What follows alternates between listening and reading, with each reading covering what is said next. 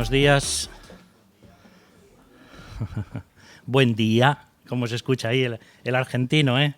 Cuántos recuerdos de Argentina. Saludos a todos nuestros hermanos allá en Argentina. Instituto Bíblico, Palabra de Vida, hay tanta gente que queremos, ¿no?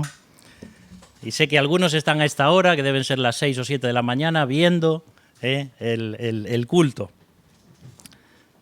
Muy bien, como decía Walter, tenemos hoy el último estudio de esta serie, ¿no?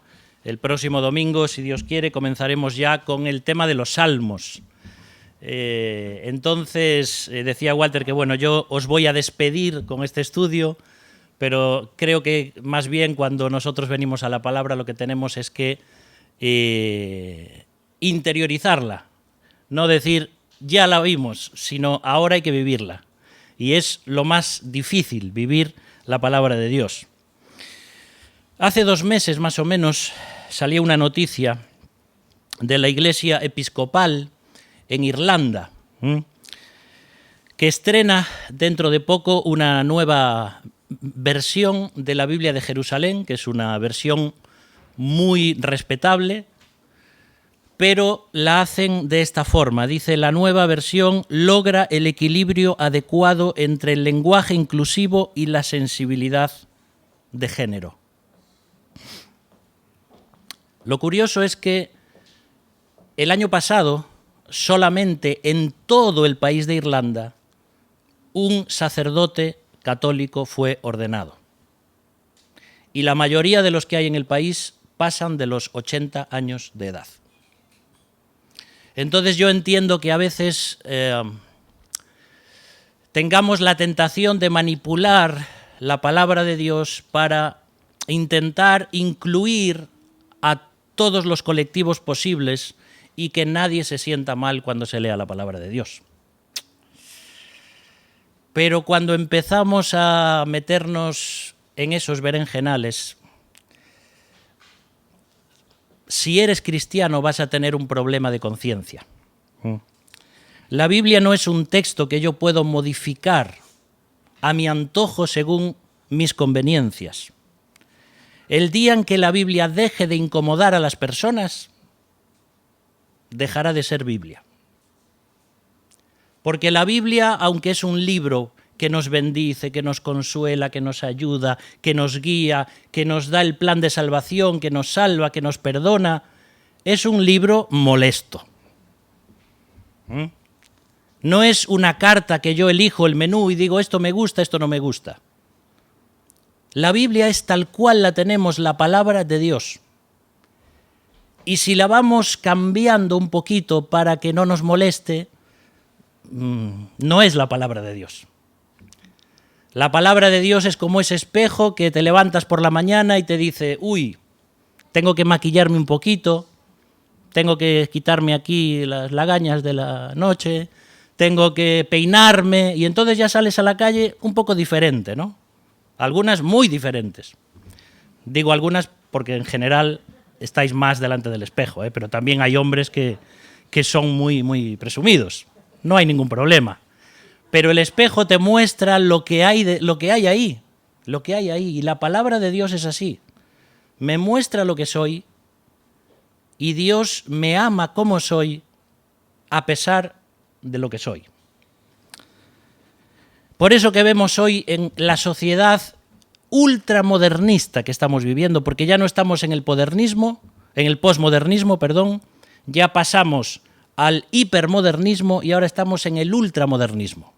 Esto lo explican los sociólogos, es decir, la sociedad de hoy es una sociedad donde todo es relativo. Y entonces, ¿cómo alguien va a decir que la palabra de Dios es autoritativa y que es absoluta en algunas cosas? Pues, hermanos y amigos, la verdad y la realidad es que la palabra de Dios es absoluta. Hay cosas que son absolutas, queramos o no queramos. Y por eso predicamos la palabra de Dios. Tú imagínate que dejamos de leer la Biblia en la iglesia. ¿De qué hablamos? ¿Qué predicamos? Pues empezaremos a hablar de un montón de temas que pueden ser muy buenos, pero que no van a transformar ni nuestra vida espiritual ni nuestra vida normal del día a día. La Biblia tiene que ser el centro de la vida del cristiano. Por eso las alabanzas que cantamos, la música que tocamos, las predicaciones que damos, todo está centrado en este libro y en la persona de Jesucristo. Y tiene que ser así. Ahora, en el título que poníamos para hoy, dice la Biblia, ¿qué son? ¿Palabras divinas o palabras humanas? Porque es un tema difícil, ¿verdad? ¿Es un libro que viene directamente de Dios? ¿Lo escribió Dios en el cielo y lo fue lanzando a cada uno en su idioma? Que sepáis que cuando terminemos el estudio del Génesis, seguramente, si los demás del Consejo de Ancianos están de acuerdo, vamos a estudiar cómo se formó la Biblia. Me parece un tema muy interesante, porque a veces hay gente que piensa que esta versión, por ejemplo, que yo tengo aquí, por decir una, la Reina Valera 1960, es la palabra inspirada de Dios, como si Dios la hubiera escrito en castellano, y como si no tuviésemos traducciones de los idiomas originales, del hebreo, del arameo, del griego, cosas que se han perdido en la traducción, cosas que no podemos entender de aquella época. Hay un montón de cosas. Por eso a veces la gente se pregunta, ¿pero por qué tantas versiones? Claro, porque si tú le das un texto a 50 traductores, no va a cuadrar exactamente el texto con ninguno de ellos, porque la traducción tiene un proceso de interpretación y de subjetividad también. Entonces, la Biblia que tienes en tus manos no es la Biblia original. Sin embargo, quiero que sepas que es prácticamente el 100% de la Biblia que Dios inspiró a los escritores bíblicos. Y esto es un milagro, queridos hermanos, porque cuando estudias el tema de cómo se formó la Biblia y de cómo últimamente se están descubriendo manuscritos que son mucho más cercanos al original del siglo II, del siglo III, miles de manuscritos que, por ejemplo, no tenía Casiodoro de Reina o Cipriano de Valera, que ellos con 6 o 7 hicieron realmente un milagro, porque es una versión muy buena esta, pero hay muchas otras, y todas son palabra de Dios. Algo que me llama mucho la atención con este tema es que a veces nos aferramos a una versión, esto es un adelanto para el siguiente estudio, como si esa versión fuese la más cercana al original. Tú sabes, la Biblia que leyó Jesús fue la Septuaginta. Fue la Biblia traducida del hebreo al griego, que era el idioma que se hablaba en la época de Jesús. Y podríamos decir, vamos a ver, si Jesús es Dios, ¿no debería defender él la versión hebrea, que era la más cercana al original? Pues no. Jesús, cuando citaba textos del Antiguo Testamento, los citaba de la Septuaginta. Entonces no es tan importante el tema de que tiene que ser aquella palabra. ¿Entendemos esto, hermanos? Porque la palabra de Dios tiene tanto poder y Dios se ha encargado de que la Biblia sea un libro tan especial que, a pesar de la versión que sea, porque por supuesto hay detrás un consejo de traductores y filólogos y teólogos, puedes estar completamente seguro de que la Biblia que tienes es la palabra de Dios. Y eso es un milagro y es una maravilla, pero no me puedo quedar en este tema. Entonces, la palabra de Dios es tanto divina como humana. Y eso es lo que se llama en teología la doble autoría de las Escrituras. Cuando hablamos de Cristo, por ejemplo, ¿Cristo qué era? ¿Divino o humano? Los dos, ¿verdad? No era 50% Dios y 50% hombre. Era 100% hombre y 100% Dios. Porque tenía dos naturalezas, la divina y la humana. Un milagro, algo difícil de entender para nosotros. Pero la palabra de Dios es igual. La palabra de Dios no es que el 50% vino de Dios y el resto lo pusieron los escritores humanos. No, la palabra de Dios es 100% divina y 100% humana. Y es otro milagro que Dios ha hecho. Entonces, pensaba en una frase de Norberto Jiménez, que es uno de los directores y profesores allí donde estudié en Argentina. Él dijo una vez esta frase: Dios utilizó algo falible, al hombre, para hacer algo infalible, que es la palabra de Dios. Es una pasada. Y por eso cuando Jesús está orando a su Padre en Juan capítulo 17, dice: santifícalos en tu verdad. Tu palabra es verdad. Ese es el título de hoy. Tu palabra es verdad. ¿Cómo puedo yo estar seguro de que la Biblia es verdad? Porque últimamente están surgiendo una serie de eruditos y de teólogos que empiezan a dudar de que todos los libros de las Escrituras son palabra de Dios. Entonces, si empezamos a decir ya que el huerto del Edén y que Adán y Eva realmente son más bien un mito y que más bien son simbólicos y que representan a toda la humanidad, entonces, ¿quién va a poner el límite a dónde dejamos, dónde está la palabra de Dios y dónde está la palabra humana? Y realmente Pablo no fue el escritor de todas las cartas que escribió porque eran amanuenses. Entonces, a ver, ¿a quién inspiró? ¿Al Pablo o al amanuense que estaba escribiendo allí? Es decir, empezamos a analizar y a diseccionar la Biblia de tal forma que ya olvidamos que el Espíritu Santo la inspiró. Claro que tenemos que ver cómo se formó y cómo Dios usó hombres, mujeres, para escribir la Biblia, para todo ese proceso. Pero, queridos hermanos, si a la Biblia le quitamos el Espíritu Santo, es un libro más. Entonces, ¿por qué la Biblia es verdad? En primer lugar, por su revelación. La revelación que Dios hace de sí mismo. El ser humano, por ejemplo, puede saber que hay un ser superior simplemente viendo la creación, porque hay un diseñador. Pero también Dios ha puesto en la conciencia del ser humano ese deseo y el saber que hay un ser superior. Pero si no tuviésemos la revelación especial de Dios, la gente sabría que hay un Dios, pero no sabría qué es lo que quiere Dios para el ser humano. Y por eso Dios escribe la Biblia, por decirlo así, para decirme que soy un pecador, para decirme que necesito desesperadamente de Dios, para decirme que tengo que reconciliarme con Él y para decirme que Dios tiene un plan para mi vida y que Cristo es el Hijo de Dios, que murió, que resucitó, y sin esa revelación yo no podría saber cómo salvarme. Por eso necesitamos este libro. ¿Por qué la Biblia es verdad? Por su inerrancia. Es una palabra, sabéis, que cada vez se está dejando de usar más. Ya casi no se usa. Inerrante significa que no tiene fallos. Y algunos dirán, bueno, espera, ¿dónde no tiene fallos? Y algunos dicen, en cuanto a la doctrina de la salvación no tiene fallos, pero luego sí tiene fallos.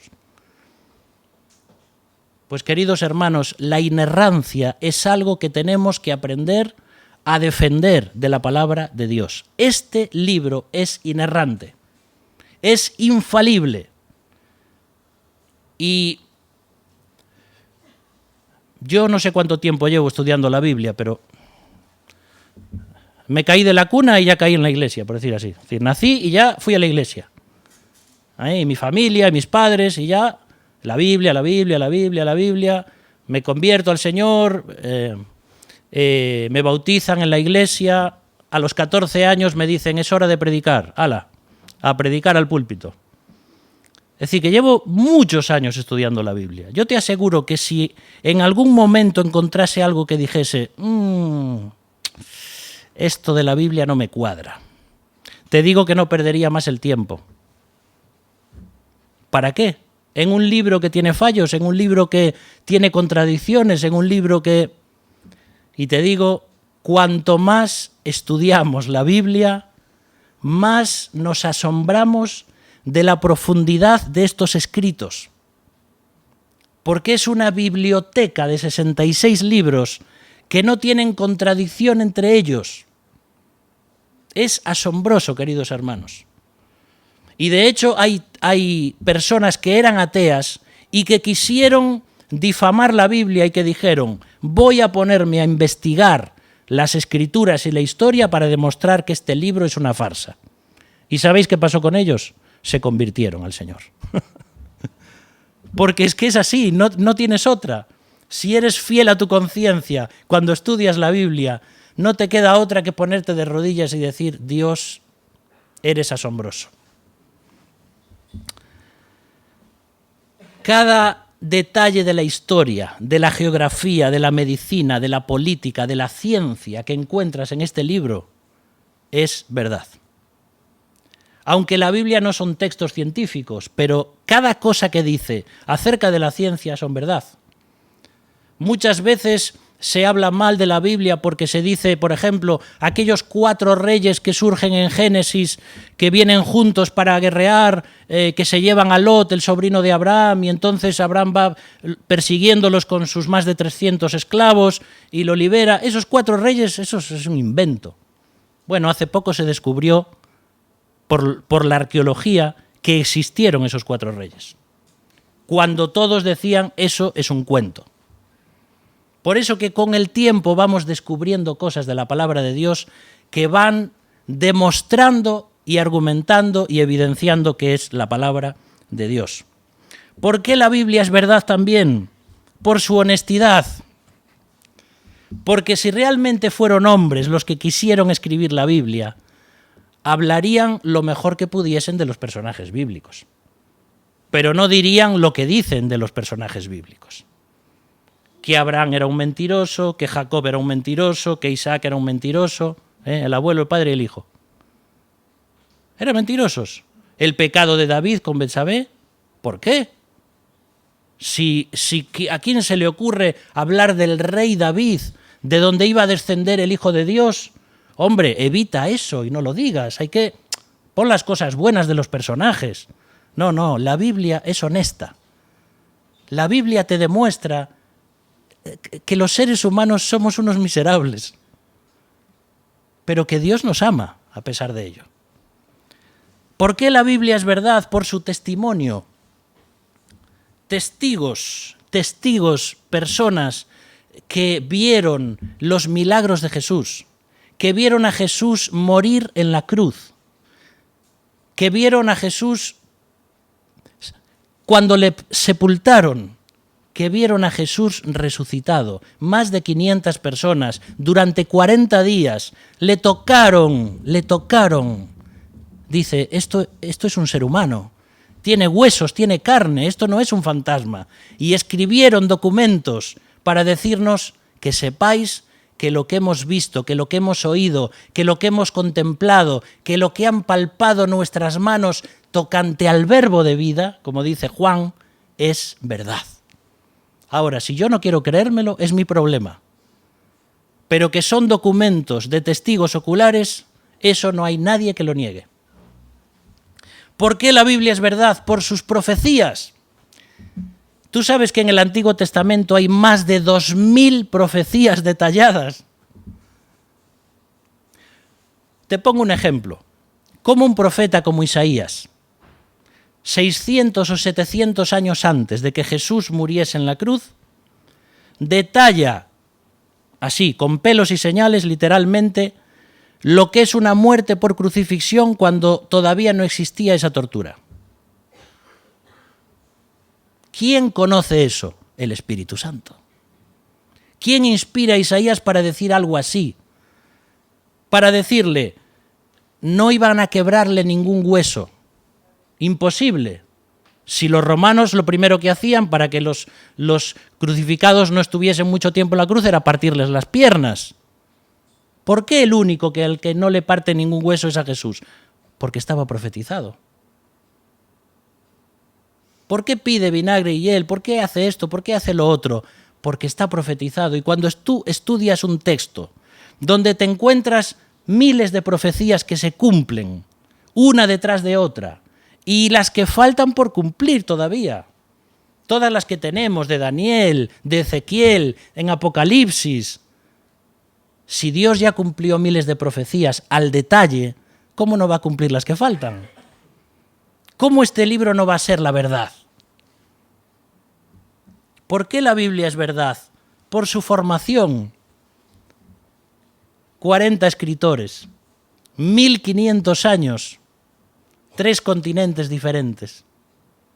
No encuentras ninguna contradicción de estos personajes que han escrito cosas que uno podría decir, esto es imposible. ¿Cómo una persona que vive 3000 o 2000 años antes de Cristo no se contradice ni en la historia, ni en la cultura, ni en la teología, ni en nada con otra persona que vive 1500 años después? Es imposible, hermanos, es imposible. Porque hay una mente rectora detrás de las Escrituras que está inspirando y cuidando de cada detalle de lo que se escribe para que sea la palabra perfecta de Dios. Es un milagro, queridos hermanos. A veces tenemos este milagro de Dios guardado en un cajón, algunos hasta lo usan para, si una mesa no cojea un poquito, metemos ahí la Biblia. No, por favor. Este libro es un libro que para nosotros tiene que ser un tesoro y que tenemos que memorizarlo y tenemos que vivirlo, pero siempre recordando que este libro apunta a Cristo. Apunta a Cristo. Y esa formación de la Biblia, como os decía, si uno empieza a estudiar el tema del canon, cómo se formó la Biblia, luego de que está escrita la Biblia, ¿por qué se incluyen estos libros y no otros? ¿Por qué no tenemos los libros deuterocanónicos que están en la Biblia católica? ¿Por qué no? Pues hay que saber por qué no. ¿Por qué los obispos y en los primeros siglos de la Iglesia, los concilios ecuménicos, por qué decidieron que fueran estos 66 libros y no otros? Que hicieron un trabajo espectacular.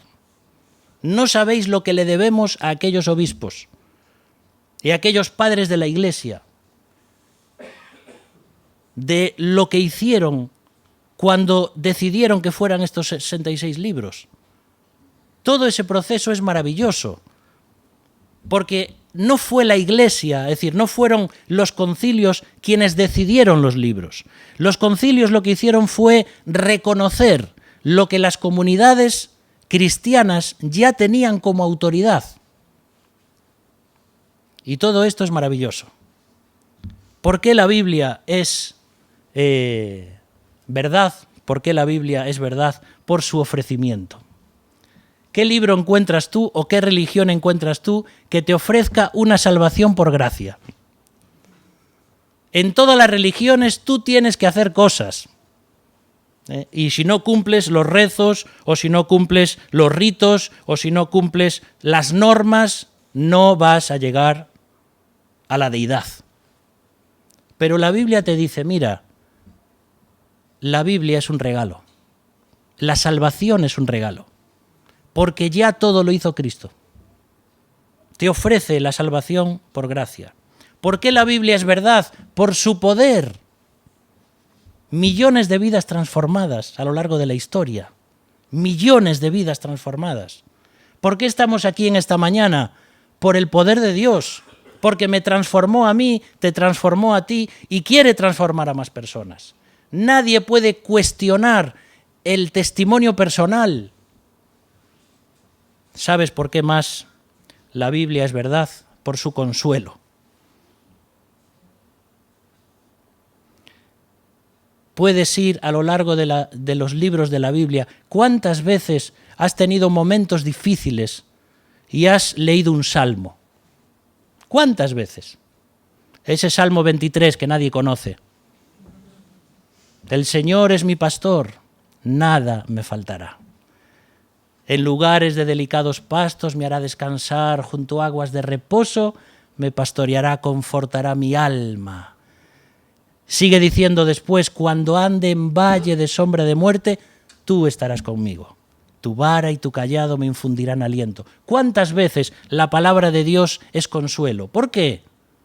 ¿Por qué no cito un poema? Porque los poemas son muy bonitos, pero en los momentos difíciles de mi vida necesito el aliento del Espíritu Divino. para seguir adelante. El Señor es mi luz y mi salvación, ¿de quién temeré? El Señor es la fortaleza de mi vida, ¿de quién he de atemorizarme? Cuando se juntaron contra mí mis adversarios, mis enemigos, para comer mis carnes, ellos tropezaron y cayeron. Aunque un ejército acampe contra mí, no temerá mi corazón. Aunque contra mí se levante guerra, yo estaré confiado. Alzaré mis ojos a los montes, ¿de dónde vendrá mi socorro? Mi socorro viene del Señor que hizo los cielos y la tierra. Cuando pases por las aguas, ¿qué dice? Yo estaré contigo. Y si por los ríos, no te anegarán. Cuando pases por el fuego, no te quemarás, ni la llama arderá en ti. Juan 14, no se turbe vuestro corazón. Creéis en Dios, creed también en mí. En la casa de mi Padre muchas moradas hay. Si así no fuera, yo os lo hubiera dicho. Voy pues a preparar lugar para vosotros. Y vendré otra vez y os tomaré a mí mismo, para que donde yo estoy, vosotros también estéis. Puedes ir recorriendo Génesis, Éxodo, Levítico, los 66 libros de la Biblia y recibes consuelo, porque es el Espíritu Santo que te habla a través de la Biblia.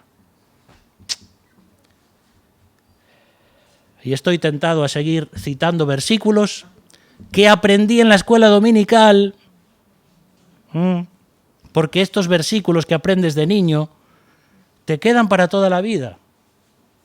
Y cuando eres mayor y eres viejito y a lo mejor tienes una demencia, ¿sabes lo único que sale por tu boca? Versículos. Cosas que has memorizado de niño y que son tan necesarios para la persona que te cuida. ¿Verdad? Pero habíamos puesto que íbamos a hablar de unos versículos en Hebreos capítulo 4, versículos 12 y 13, algo sencillo simplemente, como un resumen de por qué la palabra de Dios es verdad. Dice ahí Hebreos 4, versículo 12, porque la palabra de Dios es viva y eficaz y más cortante que toda espada de dos filos, y penetra hasta partir el alma y el espíritu, las coyunturas y los tuétanos, y discierne los pensamientos y las intenciones del corazón. Y no hay cosa creada que no sea manifiesta en su presencia. Antes bien, todas las cosas están desnudas y abiertas ante los ojos de aquel a quien tenemos que dar cuenta. Tu palabra es verdad. Y puedes recordar también 2 Timoteo 3:16, que dice, toda la Escritura es inspirada por Dios y útil para enseñar, para redarguir, para corregir, para instruir en justicia. Es así, pero fíjate aquí cómo está hablando de algo muy importante. A veces hay personas que vienen por primera vez a la iglesia y salen asustadas porque dicen, el que predicó sabía mi vida, Alguien le dijo al pastor lo que pasó con mi vida porque predicó para mí. Y el que está hablando ni lo conoce, la persona. ¿Por qué? Porque la palabra de Dios, predicada y el Espíritu Santo usándola, va a atravesar el corazón de las personas y nos va a confrontar con nuestra vida. Por eso podríamos decir que ese versículo 12 es: la palabra de Dios es el arma blanca que corta el alma negra. Te lo repito, me llevo tiempo a hacer esta frase, La palabra de Dios es el arma blanca que corta el alma negra. Amén. Por eso dice ahí, ahora, por cierto, ¿sabes cuál es la palabra que aparece aquí? La palabra. Logos. ¿Quién es el Logos? Jesús. ¿Qué dice Juan 1:1? En el principio era el verbo, el Logos. ¿Y por qué aquí dice, hablando de la Biblia, que también es el Logos? Entonces, ¿qué pasa? ¿Que es lo mismo la palabra de Dios que Cristo? Bueno, parece ser que sí. Pero la Escritura, dice ahí, es viva, viva. ¿Por qué es viva la Biblia? ¿Por qué está viva? Porque la Biblia es el único libro donde el autor y su obra son lo mismo. Tú puedes leer un libro de cualquier cosa y son los pensamientos de ese autor, pero no es el autor. Pero la Biblia es Dios mismo hecho palabras. ¿Verdad que es difícil de entender esto? Y cuando ahí dice que es eficaz, significa energía. Es la palabra energés en griego. Significa que la Biblia tiene poder en sí misma para conseguir resultados. Por eso dice, creo que es en Isaías, cuando dice Dios acerca de su palabra, que va a enviarla y hará lo que yo quiero y no volverá a mí vacía. Porque la Biblia es como una semilla que lanzas con un gran potencial. No sabes dónde va a caer, no sabes cómo las personas van a responder a ella, pero tiene ahí encapsulado todo el poder de una vida. Así es la palabra de Dios.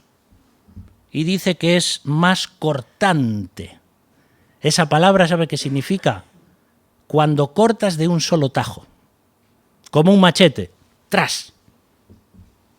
Así es la palabra de Dios. No es un alfiler que intenta entrar ahí en tu vida. No, no. Cuando te pones y te expones a la palabra de Dios, es una espada que te corta, pero ¿sabes? Para dar vida. Para dar vida. No es una espada que mata, es una espada que vivifica. Y dice ahí, más cortante que toda espada de dos filos. Esta es la palabra, es la mácaira. La mácaira era la espada corta o el puñal que llevaban los soldados al combate. Llevaban una larga, pero llevaban una corta, porque en algún momento tú estás luchando, pero sacas la otra y atraviesas a la persona. Y la palabra de Dios es así. La palabra de Dios hace como un conflicto en tu interior. La palabra de Dios es como una lucha, como Jacob con el ángel luchando, hasta que me bendigas no te voy a dejar. Y en algún momento la palabra entra en tu corazón, pero no para hacerte daño, sino para exponer lo que tienes dentro. No porque Dios necesite verlo, porque yo necesito verlo. A veces ni me doy cuenta de los pecados que tengo en mi interior, en mi mente, en mi boca, en mis manos, en mis pies. Y Dios abre mi corazón y dice, mira, Abraham, ¿ves lo que hay ahí? Uf. Ahora mira lo que dice ahí. Penetra hasta partir el alma y el espíritu. ¿Cuál es la línea que separa el alma del espíritu? Buena pregunta para una tesis doctoral. El alma y el espíritu son indistintamente, se usan de forma indistinta en la Biblia. Aquí habría mucho para hablar, pero el alma es la vida que Dios da a las personas, pero el espíritu es lo que nos puede relacionar con Dios. Pero claro, el alma, que aquí es la psique, la psiquis, la inteligencia, y el espíritu, que es neuma.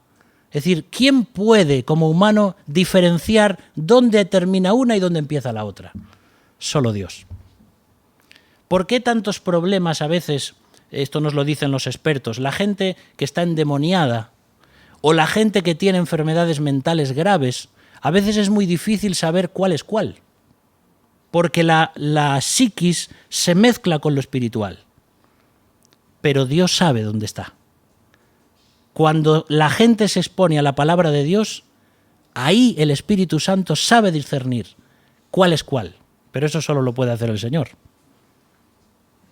Partir el alma y el espíritu. Y sigue poniendo esta metáfora. Y partir las coyunturas y los tuétanos, como cuando estás partiendo carne. Estamos en la época del San Martiño, de la matanza de los cerdos. Yo me acuerdo de niño, estás ahí haciendo el despiece del cerdo y el cuchillo va y va cortando todo. Pero la palabra de Dios es como ese cuchillo de Dios que no va a mi cuerpo, sino que va a mi alma, a mi espíritu. Y mira lo que dice más.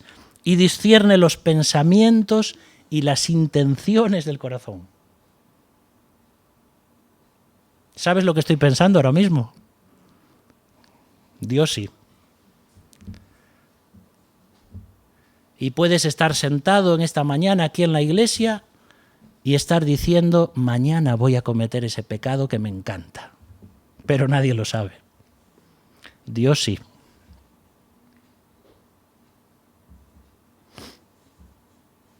Porque Dios conoce mi corazón, mis pensamientos y conoce mis intenciones. ¿Te acuerdas de Judas en la cena del Señor, un día como hoy? Tomando la cena, el pan y el vino, ¿cuál era su intención? Vender a Cristo, traicionarlo. ¿Por qué? El dinero. ¿Puedo estar en la cena del Señor, con el Señor presente y estar pensando en traicionarle mañana? Pues la historia nos dice que sí se puede. Pero claro, es verdad, Judas no era salvo.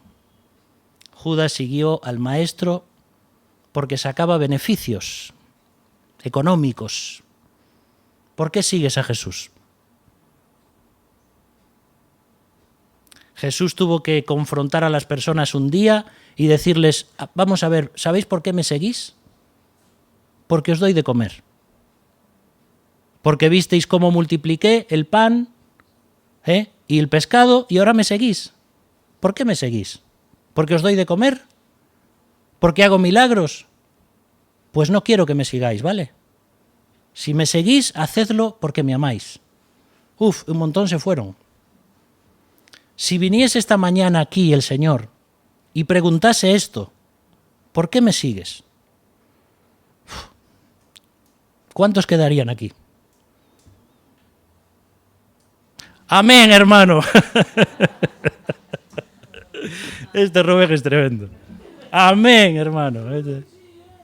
Amén, amén, amén. Es verdad, es verdad. Tú lo tienes clarísimo, pero ojalá todos lo tuviésemos así. Hermanos, el Señor quiere que le sirvamos por amor, no por lo que sacamos de Él. Perdí la noción del tiempo ya en esta mañana, no sé ni a qué hora empecé, pero bueno, me queda, ya vamos a terminar.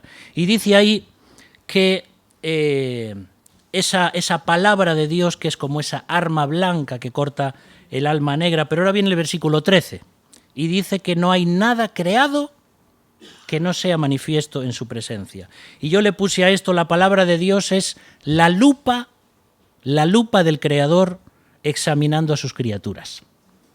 Porque no hay ningún ser creado que pase inadvertido para los ojos de Dios. Y dice ahí que todas las cosas están desnudas. Esa es la palabra gimnasia, ¿sabéis? Porque ¿cómo hacían gimnasia los griegos? Desnudos. Es decir, cuando estamos delante de Dios, o digámoslo así, haciendo la metáfora, estamos en la carrera de la vida cristiana como atletas, estamos desnudos a los ojos de Dios. No hay nada que ocultar, porque Dios nos ve perfectamente. Y cuando dice que están abiertas, esa es la palabra que se usaba cuando el sacerdote echaba el cuello del cordero hacia atrás y dejaba abierta, es decir, expuesta la garganta del animal para degollarlo. Entonces fíjate cómo es la palabra de Dios. Me ve y no tengo nada que esconder, como si estuviese desnudo en mi alma y además expuesto al juicio de Dios. Por eso, sin este libro, queridos hermanos, no tendríamos razón de ser en la Iglesia. Y por eso dice ahí que un día tendremos que dar cuenta. No te vas a esperar esto. ¿Sabes cuál es la palabra que aparece ahí en griego? Dar cuenta. Logos. Alucinaba cuando vi esto. ¿Cómo? No puede ser. Es decir, que el Hijo de Dios es el Logos de Dios, Cristo. La palabra de Dios es Logos. Y yo un día tendré que dar Logos, es decir, tendré que dar explicación de mi vida. Qué juego maravilloso de palabras, ¿no? Porque realmente la palabra escrita y la palabra encarnada se fusionan, fíjate, entre los dos versículos. Si te paras a meditar esto, empiezas viendo el versículo 12 que está hablando de la palabra de Dios, ¿verdad? De las Escrituras. Y luego sigue diciendo, y no hay cosa creada que no sea manifiesta en su presencia, y habla de aquel, de Dios, pero no estaba hablando de las Escrituras. ¿Por qué parece que se fusiona todo? Porque el Logos de Dios, Cristo, y el Logos de Dios, la Biblia, es uno. Y yo también seré uno, como Logos, cuando tenga que dar mis explicaciones. Dice Alfonso Ropero, la Escritura es de algún modo el Verbo encarnado en letra.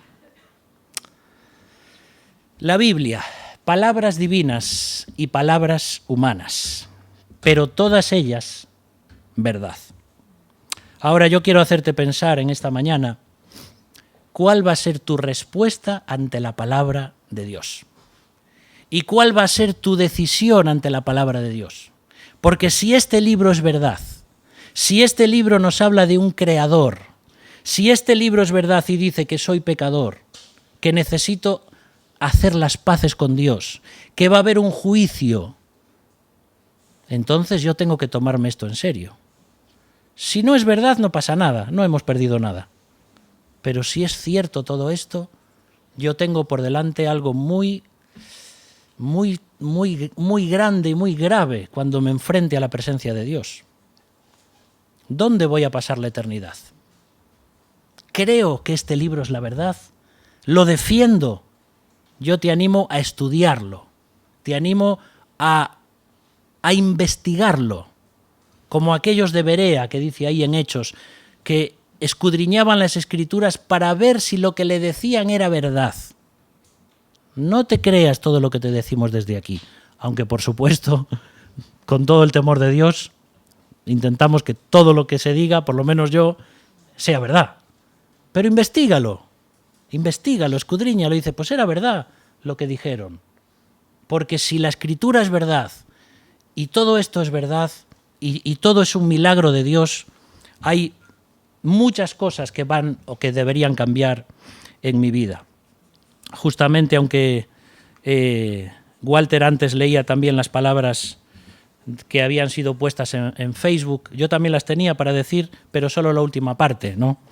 Y así es como quiero terminar este mensaje, con las palabras del poeta Sam Recamán.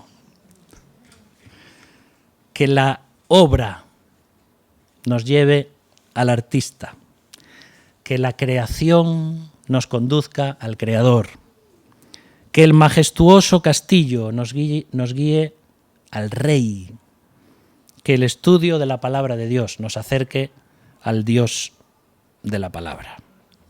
Gracias por usar tus talentos para el Señor, y así cada uno de vosotros. Vamos a orar. Muchas gracias, Padre, por esta palabra que es un milagro, Señor. Gracias porque es un pozo sin fondo, es una mina llena de metales preciosos, es un océano de tu amor, de tu gracia, de tu misericordia. En esta mañana, que sea tu Espíritu Santo el que hable a través de ella, que nos confronte con nuestra realidad, que atraviese nuestras entrañas y nos muestre el pecado que tenemos dentro, y que podamos caer rendidos a tus pies y decirte, Señor Jesús, Señor mío y Dios mío, perdóname, limpia mi corazón, quiero ser una nueva criatura, ven a mi vida, ven, quiero que seas mi Salvador, quiero que transformes mi vida. Te alabamos en esta mañana, Señor, te adoramos, ayúdanos a poner en práctica todas estas cosas y a creer en este libro porque es la verdad. En el nombre de Jesús. Amén.